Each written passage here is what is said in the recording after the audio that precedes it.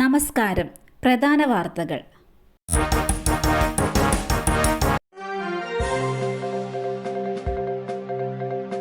ആദ്യ മണിക്കൂറിൽ മികച്ച പോളിംഗ്, പലയിടത്തും വോട്ടിംഗ് യന്ത്രം തകരാറിൽ. സംസ്ഥാനത്ത് തദ്ദേശ തെരഞ്ഞെടുപ്പിന്റെ രണ്ടാം ഘട്ട പോളിംഗ് പുരോഗമിക്കുന്നു. ആദ്യ 2 മണിക്കൂർ പിന്നിട്ടപ്പോൾ പോളിംഗ് 10% എത്തി. പാലക്കാടും മലപ്പുറത്തും കോഴിക്കോടും കണ്ണൂരുമാണ് പോളിംഗ് ശതമാനത്തിൽ മുന്നിലുള്ളത്. വോട്ടെടുപ്പിന്റെ ആദ്യ മണിക്കൂറുകളിൽ തന്നെ പലയിടത്തും വോട്ടിംഗ് മെഷീൻ തകരാറിലായത് പോളിംഗിനെ കാര്യമായി ബാധിച്ചു. പ്രശ്നം പരിഹരിച്ച വോട്ടെടുപ്പ് തുടർന്നെങ്കിലും ചിലയിടങ്ങളിൽ വോട്ടർമാർ ഏറെ നേരം കാത്തു നിൽക്കേണ്ടി വന്നു.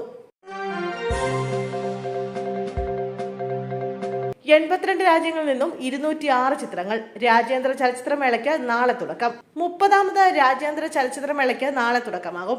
ഡിസംബർ 12 മുതൽ 19 വരെയാണ് തലസ്ഥാന നഗരിയിൽ ചലച്ചിത്രമേള നടക്കുക.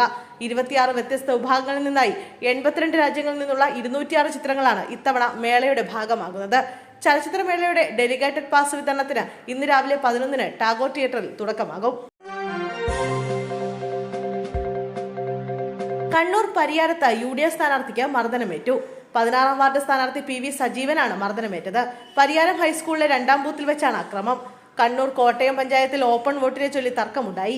LDF UDF പ്രവർത്തകർ തമ്മിലാണ് വാക്കേറ്റം. കാഴ്ചയില്ലാത്ത സ്ത്രീ ഓപ്പൺ വോട്ട് ചെയ്യാൻ എത്തിയതുമായി ബന്ധപ്പെട്ടാണ് തർക്കം.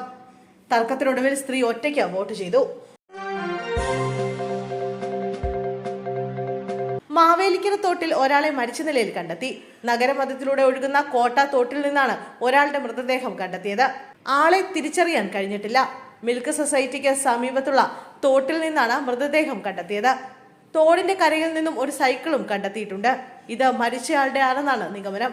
സൈക്കിളിൽ വന്നയാൾ സ്ലാബില്ലാത്ത ഭാഗത്തുകൂടി തോട്ടിലേക്ക് വീഴുകയായിരുന്നു എന്നാണ് സംശയം. സൈക്കിൾ തോടിന്റെ കരയിൽ മറിഞ്ഞു വീണ നിലയിലായിരുന്നു കിടന്നിരുന്നത്. സംഭവ സ്ഥലത്ത് പോലീസ് എത്തുകയും ഇൻക്വസ്റ്റ് നടപടികൾ ആരംഭിക്കുകയും ചെയ്തു.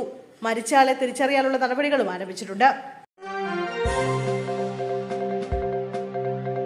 പാലക്കാട് നഗരസഭയിൽ പൂജിച്ച താമര വിതരണം ചെയ്തു.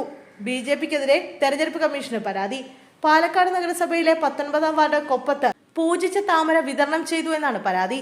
സ്ഥാനാർത്ഥിക്കും ചീഫ് ഇലക്ഷൻ ഏജന്റിനുമെതിരെ നടപടി ആവശ്യപ്പെട്ട UDF പാലക്കാട് നഗരസഭ തെരഞ്ഞെടുപ്പ് കമ്മിറ്റി ജോയിന്റ് കൺവീനർ ഹരിദാസ് മച്ചിക്കൻ തെരഞ്ഞെടുപ്പ് കമ്മീഷന് പരാതി നൽകി.